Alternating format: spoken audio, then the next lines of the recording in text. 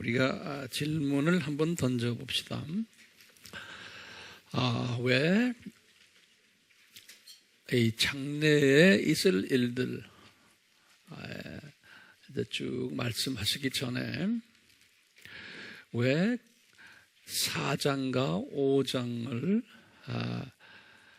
요한에게 보여주셨을까? 이 질문을 우리가 이 시간에 좀 해답을 좀 받아야 될 것 같아요. 굉장히 중요한 분야인데요. 이 4장과 5장은 요한이 하늘 보좌로 올라간 장이죠.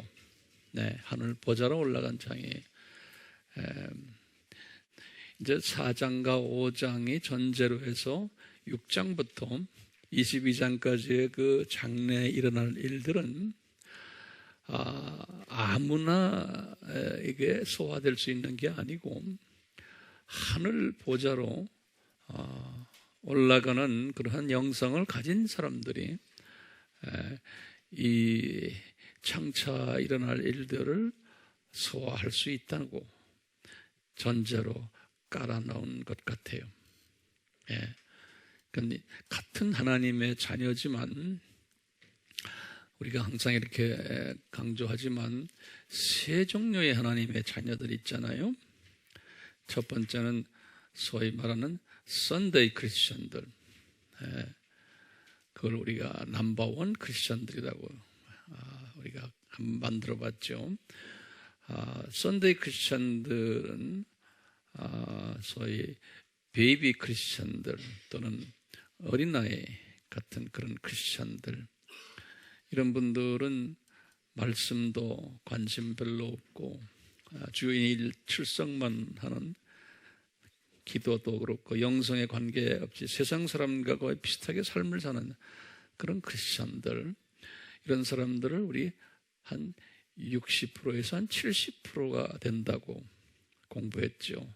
전문가들이 그렇게 이야기를 해요. 이제 이 안에도 이게 피라미드 형태로 되어 있어서 이제 영성의 수준이 다르지만 그렇게 통째로 한 60, 70%가 이 수준에 있다. 그래서 이런 분들은 영적으로 볼 때 하나님의 자녀지만 영안이 감기진 분들.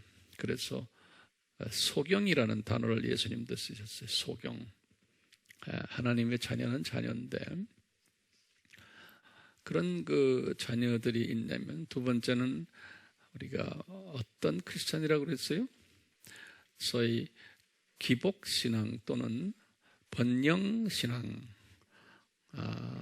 이런 분들은 말씀도 열심히 공부하고 기도도 많이 하고 헌금도 많이 내고 신앙생활 열심히 하는 분들인데 시각이 이 세상에만 가 있는, 그러니까 이 세상 복을 받기 위해서 장수의 복 또는 물질의 복, 가족의 복,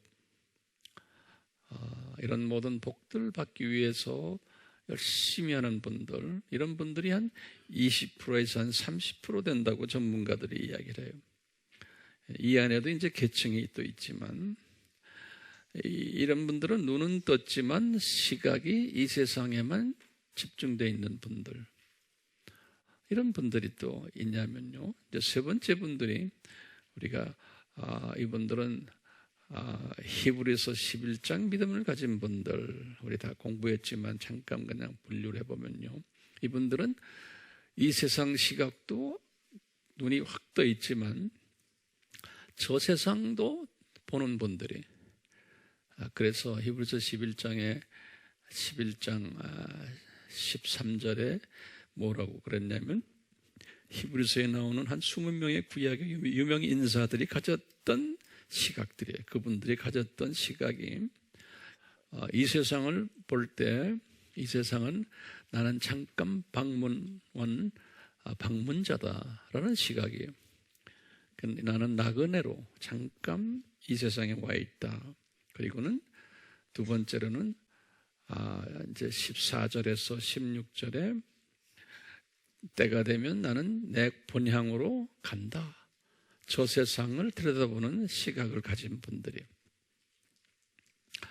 그리고는 이제 이분들이 저 세상에 가서 6절에 보면은 그 세상은 계층 사회이기 때문에 상급이 내가 어떻게 살았느냐에 따라서 상급이 주어지는 그러한 세상이다라는 이런 사상을 가진 크리스천들, 전문가들은 그저 5%에서 한 10% 된다 그래요.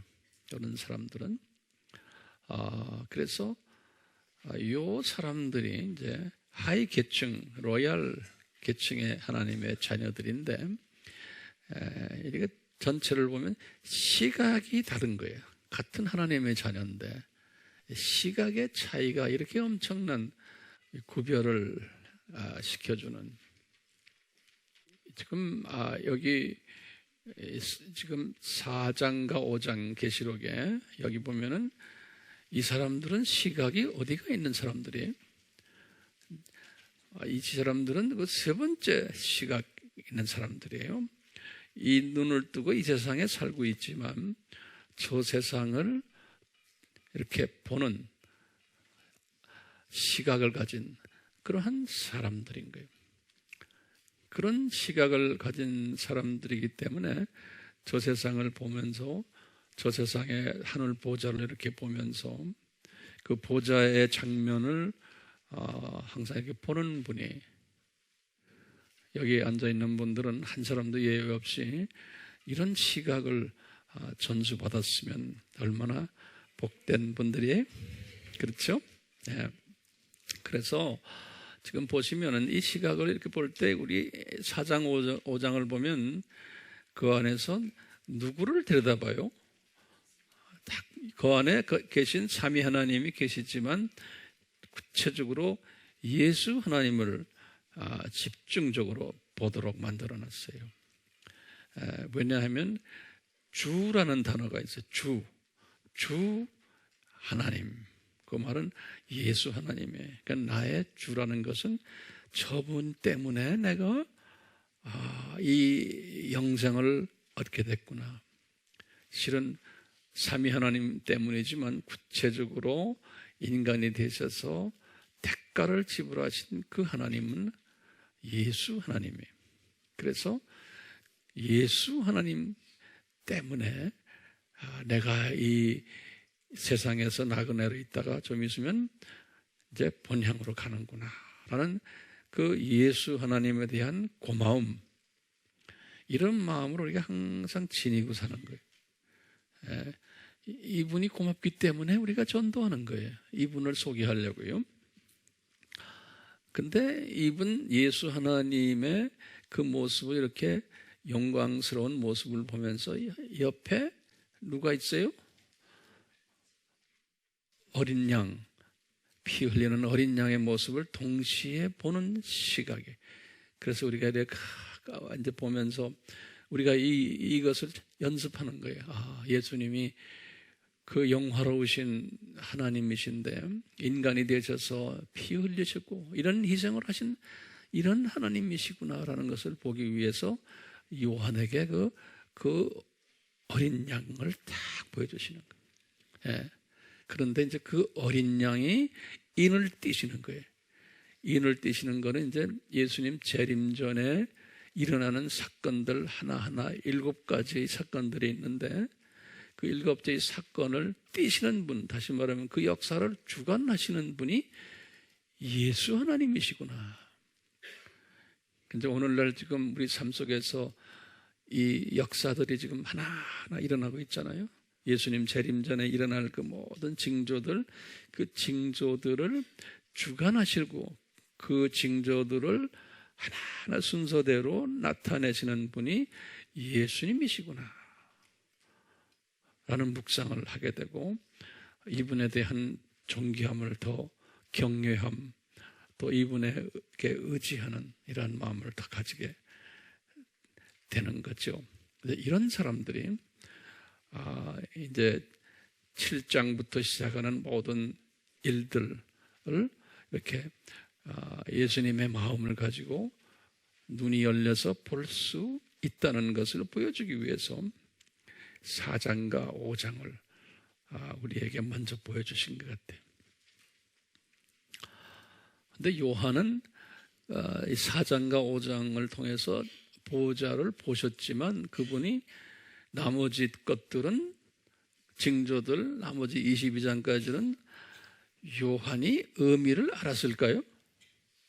제 생각엔 몰랐을 것 같아요. 요한이 왜 몰랐었을까요?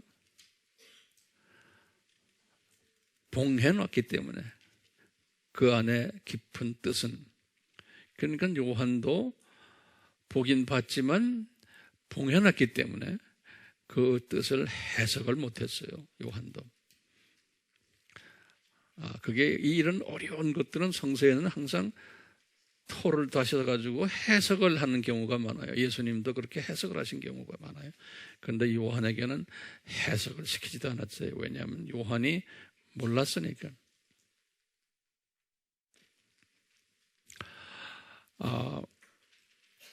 우리가 어떻게 하면 이런 이 시각을 이렇게 히브리서 11장의 그런 시각을 가질 수 있을까요?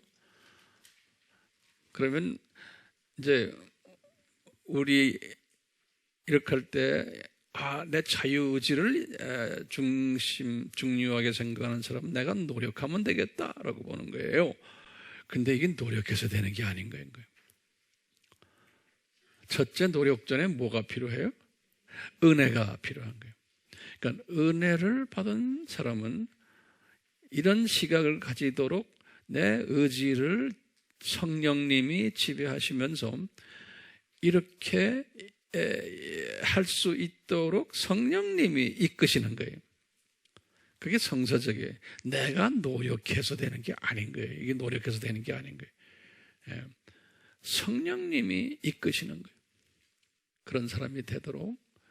그래서 예수님이 성령님이 이끄시는데 예수님이 영의 눈이 이렇게 밝아지려면, 이렇게 하려면 어떤 사람이 돼야 된다 말씀하셨어요. 예수님이 우리 산상수훈에서 5장 8절에서 뭐라 그랬어요? 마음이 순수한 자는 하나님을 볼 것이요 그랬어요. 이게 복 있는 자라는 거예요. 그러니까 마음이 순수해야지만 되는 거예요.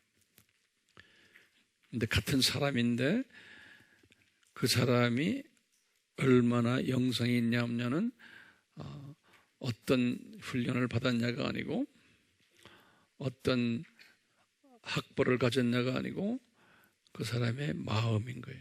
마음. 그러면 한번 질문 던져볼까요? 어떻게 하면 마음이 순수해져요? 그래서 그 팔복에서 순서대로 가르쳐준 거예요. 그렇죠? 예. 팔복에서 순서대로 처음에 뭐예요? 마음이 가난한 마음. 다시 말하면 내 속에 더럽습니다. 고백하는 사람. 내 속에 성령님의, 예수님의 마음이 없습니다. 라고 가난한 마음을 가지는 사람. 그게 이제 첫째고, 두 번째는 그래서 그걸 가지고 애통하는 사람. 그렇죠? 그리고 애통한 다음에 어떤 사람으로 변해요? 온유한 사람으로 변하는. 그렇게 되면 이제 하나님의 말씀에 갈증이 생기고 배고파하고, 이제 여러분들은 이런 배고파하고 갈증을 느끼니까 이 추운 날에 영하 10도인데도 여기 오셨잖아요. 예, 복 있는 사람들이에요. 이게 아무나 되는 게 아니에요. 그러면 제일 먼저 나타나는 게 뭐죠? 항상 주변 사람들을 내가 자비스러운 눈으로 보는 거예요. 정죄하는 시각이 아니고 자비스러운 눈으로 보고. 그러면서 무슨 마음이에요? 그게 마음이 순수해진다. 그래서 마음이 순수해진다. 그러니까 우리 알다시피 마음이 순수해지려면 내 속에 있는 쓴뿌리들이 제거돼야 되잖아요. 쓴뿌리라는 단어가 성경 어디에 나와요? 히브리서 12장 15절이에요. 히브리서 12장 15절.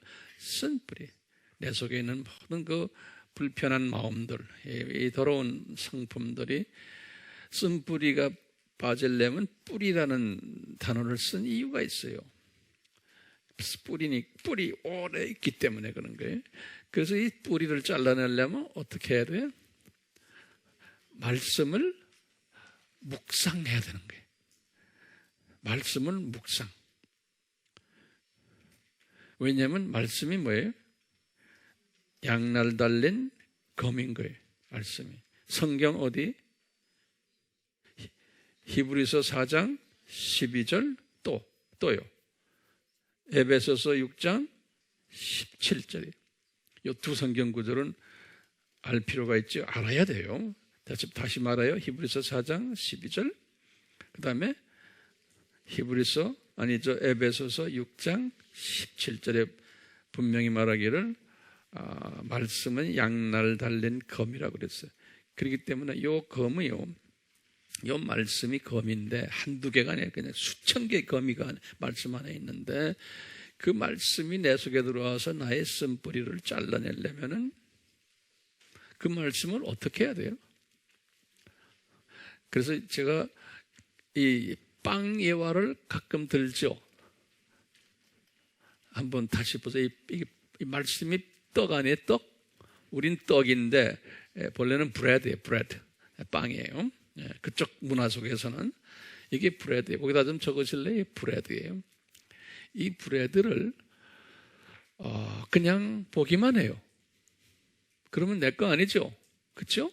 그래서 전문가들이 뭐라고 그러냐면 보는 것은, 말씀을 그냥 보는 것은 브레드를 그냥 본다는데, 보는 것은 뭐냐? 귀로 듣고 눈으로 읽는 것을, 하나님의 말씀을 귀로 듣고 그 다음에 눈으로 그냥 리딩 하는 거예요. 리딩과 히어링이에요. 이것이 이 브레드를 그냥 쳐다보는 거예요. 아직 내 속에 들어오지도 않은 거예요. 대부분의 우리 크리스천들은 주일에 교회 와서 그냥 눈으로 보고, 요새는 옛날에는 귀로만 들었는데 요새는 눈으로 보죠. 이 시각 이런 게 있어가지고 그게 아무 소용이 없는 게 아니라 큰 도움이 안 되는 거예요.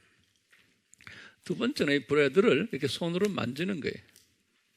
만지는 것을 뭐라고 그랬냐면 촉각이에요. 이렇게 만지면 촉각, 이거 맛있게 생겼다. 그런 게 뭐냐면 라이팅 한다, 글 쓴다고 이제 보는 거예요. 그러니까 지금 여러분들이 지금 쓰고 있는 것은 굉장한 발전이 된 거예요. 들으면서 보면서 지금 쓰는 것은. 그렇지만 이 브레드가 아직은 내 거 아닌 거예요. 그 다음 단계가 여기 지금 만졌으니까 그 다음엔 입에다가 집어넣는 거예요. 입에서 뱅뱅뱅 돌아가는 거. 이것을 공부한다, 스타디잉 한다 그러는 거예요. 그건 참 말씀이 맛있다. 우리도 지금 참 맛있다 이걸 느낄 때 있죠? 하지만 그건 내 거 아직 아닌 거예요. 과정 중에 하나예요. 그냥 이렇게 입에 집어넣고 뱅뱅뱅 돌리는 거예요. 그 다음 단계가 입에서 이제 삼키는 거예요. 삼키는 거. 삼키는 것이 메모라이즈 한다 그래요. 메모라이즈 한다. 메모라이즈 한다. 암기하는 거예요. 말씀을. 근데 아직도 내 위 속엔 들어가 있지 않는 거예요. 거기서 들어가서 이제 위가 이제 이렇게 수축을 하면서 소화시켜야 되는데, 그래서 내 속에 이제 들어와서 이렇게 소화하는 그것을 묵상한다. 그러는 묵상. 묵상을 할 때, 하나님의 말씀을 묵상할 때 그 안에 검이 이제 작동을 하는 거예요. 그래서 검이 이 쓴뿌리들을 제거하는 역할을 하는 거예요. 그러니까 우리가 성품이 변하려면 하나님의 말씀을 묵상해야 돼요. 오케이? 묵상하지 않고 그냥 전문가들이 뭐라 그러냐면 묵상하면은 75% 정도의 효과가 있다는 거예요. 그런데 메모리 하는 것은 한 50%의 효과가 있다는 거예요. 거기다 퍼센트지 적어놓으세요. 공부하는 것은 25%의 효과가 있다 그래요. 그 다음에 공부 다음에 뭐예요? 적는 거. 적는 거는 한 15% 정도로 이야기하더라고요.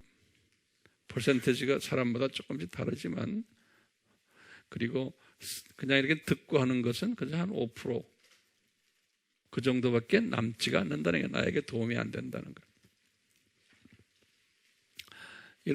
이렇게 했을 때 묵상이 중요하죠. 예, 그래서요. 근데 이렇게 말씀을 묵상해서 이 칼로 잘라내는 것도 필요하고, 그 다음에 이제 우리에게는 성령님이 또 계세요. 성령님이. 그 성령님이 충만해가지고 나에게 들어오시면은 성령님이 하시는 일은 뭐냐면 나의 성품을 변화시키는 그러한 그 차원에서 성령님이 처음에 불의 역할을 하는 성령님, 그 불로서 나의 쓴 뿌리들을, 옛 성품들을 태우는 그런 역할을 하시고, 또 성령님은 불에 태면 거기에 재가 있을 거 아니에요. 그 이제 이 영적인 이야기예요. 이 재를 이 바람으로 불어내는 그런 역할, 성령의 바람. 또 성령은 물의 역할을 해요. 그래서 생수의 역할을 하면서 성령님이 그 바람으로 불어냈는데도 아직 좀 재가 남아있을 때 생수가 씻어내는, 뭐 이런 이제 그 비유적인 말씀도 참고로 들어주시길 바라요.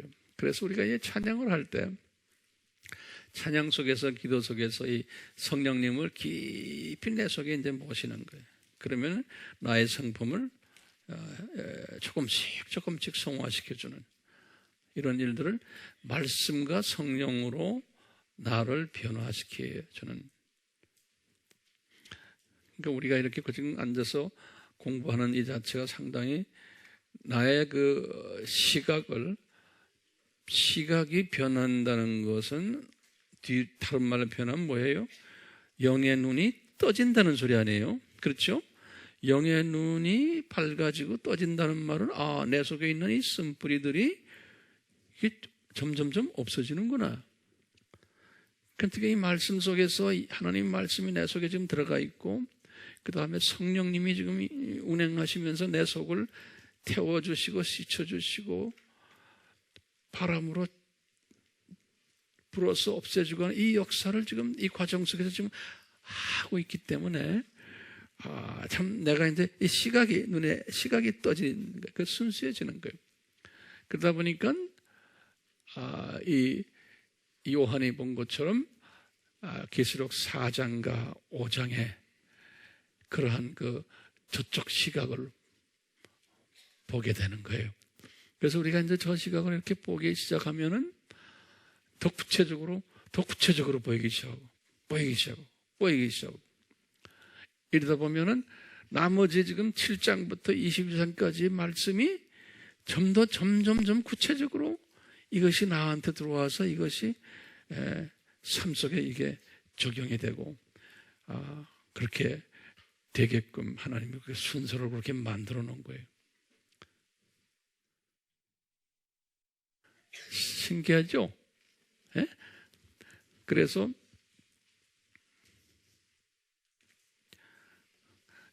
질문 던졌죠. 왜 4장과 5장을 뜬구름없이 보여주셨을까? 우리 생각은, 우리의 이성적인 생각으로는 그럴 거 아니에요? 이게 뭐 종말하고도 관계없는데 이건. 예. 근데 이게 종말하고 정말 관계가 있는 거예요. 예. 이성의 눈으로 보면 의문이 생기지만 영의 시각으로 볼 때는 이게 절대로 필요한 거예요. 이렇게 보는 사람은요, 우리 시편, 우리 91편 한번 열어보시겠어요? 이 시편 91편 우리 다 좋아하는 시편이에요. 근데 이 시편 91편은 이 계시록 4장과 5장의 경험을 시작하는 사람들, 또 경험을 계속하는 분들에게 다윗 같은 분이에요. 고백한 그 시인데 이 시가 그대로 우리 삶에 이제 적용이 되는 거예요. 근데 보면 91편 1절이 그게 결론이며 또는 서론의 말씀이에요. 여기 딱 보시면 지극히 높으신 분의 은밀한 곳에 거하는 자는, 이 지극히 높으신 분, 그러면 우리가 성부님으로도 생각할 수 있고 또 예수님으로도 생각할 수 있죠. 예, 그분이 누구냐 하고 이거 가지고 우리가 싸움할 필요 없는 거예요. 예, 왜냐하면 우리도 몰라요, 이분이 누군지. 분명 성부님 아니면 성자님이세요. 성령님은 항상 두 분 주위에서 움직이시는 분이니까. 그러니까 이런 지엽적인 거 가지고 서로 다투지 마세요. 네. 근데 제가 보기에는 성부님 같아요. 왜냐하면 그 다음에 보면 돼. 지극히 높으신 분의 은밀한 곳에 거하는 자는, 제 성경은 이게 아까 말했죠, 말씀 보존학회의 킹 제임스 한글 성경이에요. 그래서 이분들이 좀 말을 좀 이렇게 바꿔놨어요. 여러분들 성경과 조금 차이가 나요. 그런데 내가 봤죠, 이 성경 내가 사상하면 자세히 보니까 이 성경도 제 마음에 좀 들지 않는 부분이 많아요. 그렇지만 제가 갖고 있으니까 제가 읽는 거예요, 지금요. 네. 나한테 딴소리 하지 마세요. 왜 그걸 목사님까지 합니까? 이런 또. 그럼 지엽적인 이야기는 왜 하지 맙시다. 다시 봐요. 지극히 높으신 분의 은밀한 곳에 거하는 자는, 은밀한 곳이란 건 영어로는 secret place라고 그랬어요. 그러니까 저 지금 보좌예요. 전능하신 분의 그늘 아래 살리로다 그랬어요. 이때 전능하신 분은 누굴까요? 실제로 그늘을 만드시고 하는 분은 예수님인 거예요. 실제로 우리에게 액션으로 보여주시는 분은. 그래서 해석을 두 가지로 할 수 있어요. 지극히 높으신 분도 예수님이고 전능하신 분도 예수님으로 우리가 해석할 수 있어요. 그건 본인의 취향에 따라 하세요. 이 말은 뭐냐면 계시록 4장과 5장의 기도를 하는 사람은 그 소리나 마찬가지예요. 오케이? 예. 보좌를 오르내리는 기도를 하는 사람은, 그런 사람, 이런 사람은 전제 조건이 깔려 있어. 마음이 순수하구나. 이런 사람은, 그렇죠? 그 다음에 또 무슨 전제 조건이 있어요? 저 사람은 성품이 많이 변했구나. 쓴뿌리가 많이 없어졌구나. 이렇게 우리가 재해석을 할 수 있죠. 그러니까 인격이 많이 변해가는 사람이구나. 이런 사람에게는 이런 블레싱이 따라온다는 게요. 그 보면은 주 안에서 예수님이 직접 또는 천사들을 보내가지고 나의 피난처가 되시고 요새가 되시고 또 나의 하나님이 되시고, 3절에 보면 이 지독한 전염병에도 전염병이 있어요. 그런데 거기서 건져내신다는 거예요. 그런 데서 들지 않게끔 깃털로 덮으시고 큰 방패와 작은 방패가 되시고, 밤에 공포나 낮에 화살이나 전염병이나 이런 것들이 있어도 두려워하지 않게 되고, 1000명이 내 옆에서 10,000명이 내 오른편에서 쓰러질 것이나 그것이 내게는 가까이 오지 못하고, 오직 내가 내 눈으로 보이게 되리니 악인의 보응을 보리로다. 기가 막히게 우리 다 좋아하는 약속의 말씀이죠. 그런데 이 약속의 말씀은 전제 조건이 뭔지를 잊으시면 안 돼요. 9절에 내가 나의 피난처이신 주 곧 지극히 높으신 분을, 그러니까 주 지극히 높으신 분을, 그러니까 이분이 예수님이죠. 그러니까 1절에서 예수님으로 보시는 것도 타당하겠죠. 그렇죠? 네. 이분을 내 처소로 삼았으니 어떠한 재앙도 내게 닥치지 못하며 어떠한 전염병도 내 장막에 가까이 가지 못하리라. 11절에요. 이는 그가 너에 대하여 자기 천사들에게 명하여 그 모든 길에서 너희를 지키게 한다는 거예요. 보호 천사들을 항상 대동시킨다는 거예요. 그래서 11절에다가 줄을 좀 그어놓으세요. 그 보호 천사. 그 보호 천사를 아무나 주는 게 아니에요. 12절에 그들의 손으로 너를 받들어 내 발이 돌에 부딪히지 않게 할 것이요 보호천사들이 내가 사자와 독사를 밟으며 젊은 사자와 용도 발로 짓밟으리라. 그가 나를 사랑함으로 내가 그를 구해낼 것이고 그가 나의 이름을 알았으므로 내가 그를 높이리라. 이 높임을 받아요. 그 다음에 15절에 보면 내가 그를 부르리니 내가 그에게 응답하리라.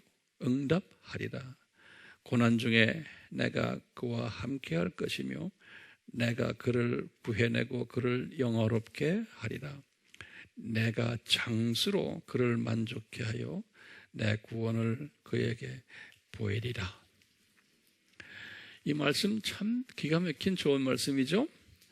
근데 이제 전제 조건이 이제는 뭐 해야 되는지 아시겠죠?